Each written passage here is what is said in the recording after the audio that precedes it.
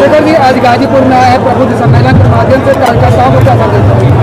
देखिए, प्रबुद्ध सम्मेलन के जरिए हमने इस पूरे मंडल के जितने बुद्धिजीवी लोग, प्रधान हैं, जिला पंचायत के सदस्य हैं, पढ़े लिखे लोग हैं, व्यापारी हैं, उन सबको आज बुलाया था कि वो कैसा उत्तर प्रदेश चाहते हैं। पिछले 15 साल का सूखा हक वंचित बहुजन समाज के खाते में आया है। पिछले 15 साल हो जाएंगे 2027 में कि वो जुल्म जाति अन्याय अत्याचार के शिकार हो रहे हैं और सरकार की जो योजनाएं हैं वो भी ऊंचे मकान और फीके पकवान जैसी। इसलिए हक वंचित समाज में भाईचारा बना के और बूथ सेक्टर संगठन को जो है, विधानसभा के संगठन को मजबूत करके आज़ाद समाज पार्टी 2027 के चुनाव को मजबूती से लड़ेगी और जो 30 50 चुनाव हैं उनको भी बहुत मजबूती से लड़ेगी। उसी की तैयारी के लिए मंडल वाइज ये समीक्षाएं और प्रबुद्ध सम्मेलन चल रहे हैं। इसके बाद भी पदाधिकारियों का अलग से कार्यक्रम है जिसमें उनको गाइडलाइन दी जाए किस तरह से उनको अगले 2 महीने काम करना है। फिर समीक्षा करके जो भाईचारा कमेटियाँ 12 जातियों का भाईचारा संगठन हमने बनाया है उसको किस तरह दुरुस्त करना है और वोट तैयार करनी है और वोट के जरिए इस हक वंचित समाज को शासक बनाना है, इसकी तैयारी हम लोग कर रहे हैं। सर, बसपा में कौन सी कमी रह गई थी कि आप उसको पूरा करना चाहते हैं? पिछले 15 साल का जो सूखा हुआ है उन्हीं की वजह से है। अगर वो सूखा ना होता तो शायद हम लोगों की जरूरत ना पड़ती। आप ये समझिए, हमारे लोगों ने जितना भी प्रयास कर सकते थे किया, लेकिन वो सूखा खत्म नहीं हो रहा है। वो सूखा उत्तर प्रदेश में तो इस बार लोकसभा में भी दिख गया कि जनता किस तरफ है। जनता आज़ाद समाज पार्टी के रूप में इस वृक्ष को, इस पेड़ को वृक्ष बनाना चाहती है और इसकी छांव में अपने अधिकारों की रक्षा करना चाहती है। वो ये जानते हैं, लोग भी ये समझ रहे हैं कि 4.5 साल जब उन पर अन्याय होता है, जुल्म जाती होती है सरकार की गलत नीतियों के खिलाफ, अगर कोई लड़ता है तो आज़ाद समाज पार्टी लड़ती है।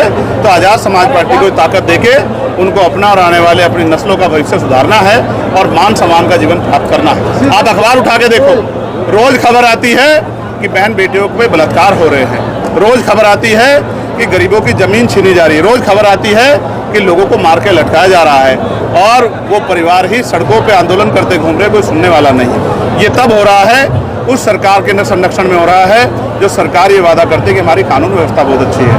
कानून व्यवस्था बहुत बुरी है और जनता इस जंगल राज से मुक्ति चाहती है, वो मुक्ति का विकल्प चाहती है और आज़ाद समाज पार्टी एक ऐसा दल है जो सभी को साथ लेकर चल रहा है। इसलिए मेरा विश्वास है कार्यकर्ताओं की मेहनत संघर्ष से आज़ाद समाज पार्टी ताकतवर होकर उत्तर प्रदेश की सत्ता में आएगी और 403 विधानसभाओं पे हमारा ये जो संघर्ष है वो तेज़ी से आगे बढ़ेगा। अगले 1.5 साल में हम अपने बूथ सेक्टर विधानसभा कमेटी को मजबूत करके विधानसभा की तैयारी को मजबूती से आगे बढ़ाएंगे। सर, गठबंधन का कोई संबंध है? जनता से गठबंधन बहुत मजबूत है, जनता को वोट देनी है। पार्टियों का गठबंधन तो टूटता रहता है, पार्टियों के चक्कर में नहीं पड़ना है, जनता के हितों की रक्षा करनी है। अखिलेश यादव कह रहा है कि पिछड़ा दलित अभी जिला पंचायत का त्रिस्तरीय चुनाव है, उसके बाद फिर 2027 में चुनाव आएगा उत्तर प्रदेश का। इस चुनाव में आज़ाद समाज पार्टी कैसे लड़ने जा रही है? देखिए, आज़ाद समाज पार्टी लोगों के बीच में पहुंच रही है। एक तरफ वो दल हैं जो पैसों के आधार पर आगे बढ़ रहे हैं, दूसरी तरफ मेहनत करने वाले दल हैं जो जनता के मुद्दों को लेकर आगे बढ़ रहे हैं। आज शिक्षा के नाम पे बाजारीकरण उत्तर प्रदेश में हो रहा है, नहीं हो रहा है। प्राइवेट स्कूल किस तरह से लोगों की खाल खींच रहे हैं। हर साल नया सिलेबस देते हैं, सिलेबस के लिए दुकान बताते हैं कि वहीं से किताबें मिलेगी, फीस अपने आप तय करते हैं। गरीब अभिभावक परेशान हैं, सरकार ने कोई सुध नहीं दी। अस्पतालों में किस तरह की चोर बाजारी हो रही है, गरीबों की जेब काटी जा रही है, ये भी किसी छिपाव नहीं है।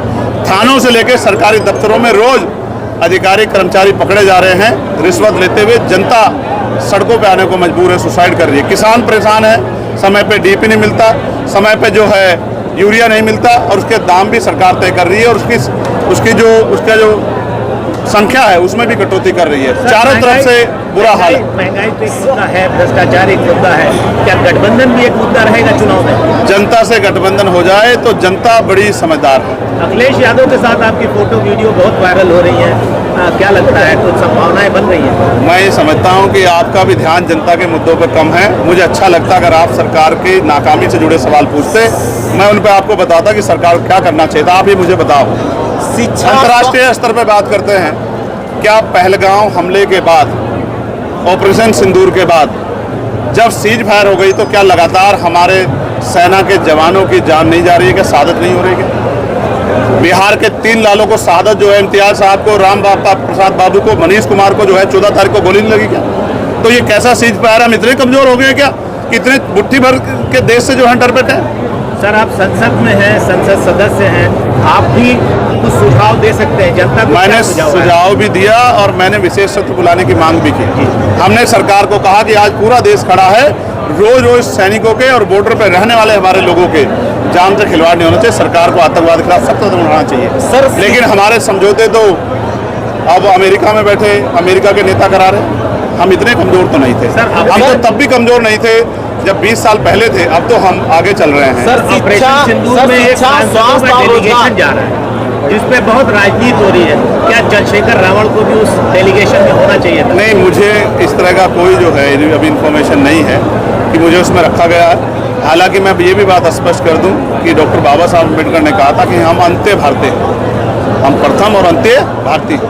तो भारत की अस्मिता, भारत का सम्मान हमारे लिए सर्वप्रथम है, उसके बाद सब कुछ है। इसलिए सरकार से तमाम विरोध के बाद, उनके विचारों का विरोध, उनकी पॉलिसी के विरोध के बाद भी हमने सरकार को विश्वास दिलाया कि आज देश के गौरव का समय, देश की अस्मिता में हमला हुआ है, तो हम सब लोग हम देश के साथ खड़े, देश की सेना के साथ खड़े।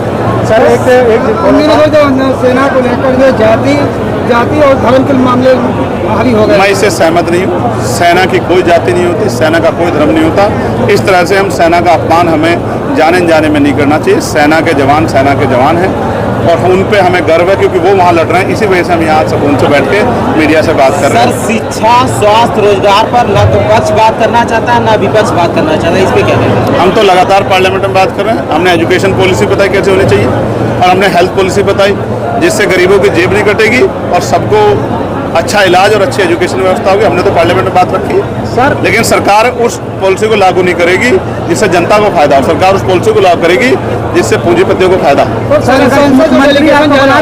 उसमें शशि थरूर के नाम को जो सबसे आगे आ गया है, उसको लेकर कांग्रेस लगातार विरोध कर रही है। यार, मैं आज़ाद समाज पार्टी के विषय से ये कह रहा हूँ कि सरकार ने केंद्रीय जनगणना की बात की है, उसकी टाइमलाइन भी तय कर दें, डेडलाइन भी तय कर दें तो ज़्यादा अच्छा हो जाएगा, वरना ये चुनावी जमला हो जाएगा और चुनावी जमले के बाद सरकार को जनता के गुस्से से, आक्रोश से जो है रूबरू होना पड़ेगा। सर बीजेपी सरकार जिला त्रिस्तरीय पंचायत चुनाव और जो विधानसभा चुनाव होगा, आजाद समाज पार्टी क्या सारी सीटों पे अपने चुनाव लड़ाएगी या?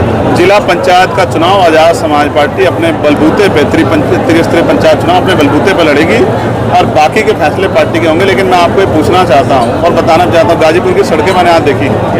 क्या आप ईमानदारी से बताइए, क्या गाजीपुर की सड़कें इस सरकार के झूठ का खुलासा करते नहीं करती? क्या हाल है गाजीपुर का? गंदगी क्या हाल है? पानी की व्यवस्था क्या हाल है? आप बताइए, क्या गाजीपुर की सड़कों के लिए मुख्यमंत्री जवाबदेह हैं या नहीं है? केंद्र की सरकार जो नेशनल हाईवे बनाती है उससे तो हम लोग सवाल वहाँ पार्लियामेंट में करते हैं, लेकिन राज्य सरकार जो है जो बड़े बड़े वादे करती है, पीठ ठोकती है, तो मुख्यमंत्री जवाब देगी गाजीपुर विकास से छूता क्यों है? गाजीपुर के हर 100 मीटर पे गड्ढे क्यों हैं? क्या गाजीपुर जिले के लोगों के आत्मसम्मान के साथ खिलवाड़ करने का अधिकार सरकार को मिला है? चंद्रशेखर जी, एक अंतिम सवाल। अभी आपका मैं सुन रहा था स्पीच, उसमें आपने कहा कि संविदा कर्मियों को आप परमानेंट नौकरी करने जाएंगे अगर आपकी सरकार आई। इस दावे में कितनी सच्चाई? इसमें पूरी सच्चाई है। जिस तरह पार्लियामेंट में मैं निजी क्षेत्रों में आरक्षण का बिल लेके आया था, वो बिल नहीं था, वो ये भी सच्चाई थी कि होना चाहिए। उसी तरह से जितने संविदाकर्मी भाई हैं जो अलग अलग डिपार्टमेंट में आज डर रहे हैं कि कल उनकी नौकरी पे खतरा पैदा हो सकता है, मैं उन सबको विश्वास दिलाता हूँ कि वो घबराए नहीं, वो सेवा कर रहे हैं। उनकी सेवा को पक्की सेवा करने का हम लोग करेंगे। सर बाबा साहब के संविधान के अनुसार, सर अब ये बीजेपी नेताओं से आप पूछना।